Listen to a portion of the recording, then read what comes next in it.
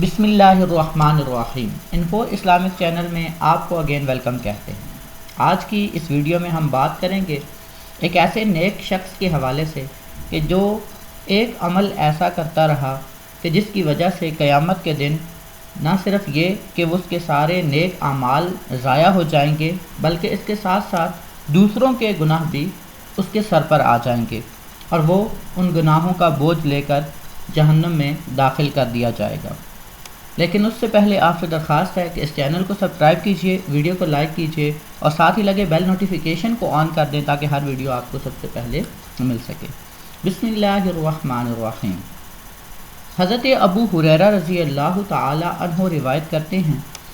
کہ رسول اللہ صلی اللہ تعالی علیہ وآلہ وسلم نے صحابہ سے ارشاد فرمایا، کیا تم جانتے ہو کہ مفلس کون ہے؟ صحابہ رضی اللہ تعالی عنہم نے عرض کیا،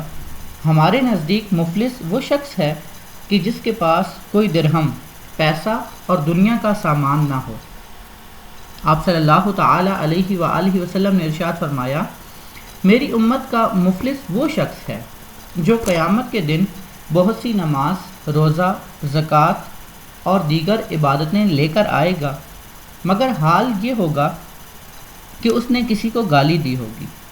کسی پر تہمت لگائی ہوگی، کسی کا مال کھایا ہوگا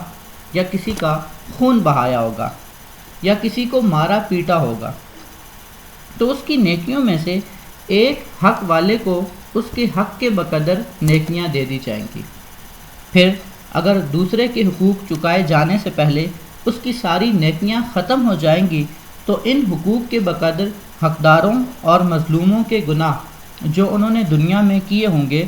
ان سے لے کر اس شخص پر ڈال دیے جائیں گے اور پھر اس کو دوزخ میں پھینک دیا جائے گا۔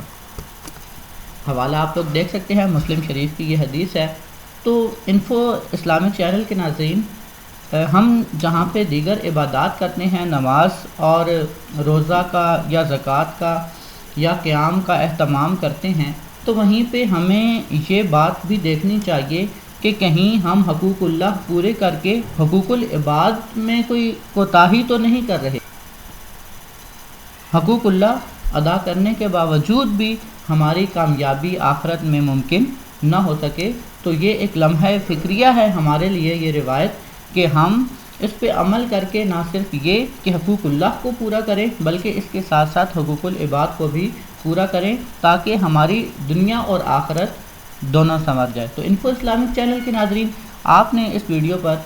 ضرور عمل کرنا ہے۔ والسلام علیکم ورحمۃ اللہ۔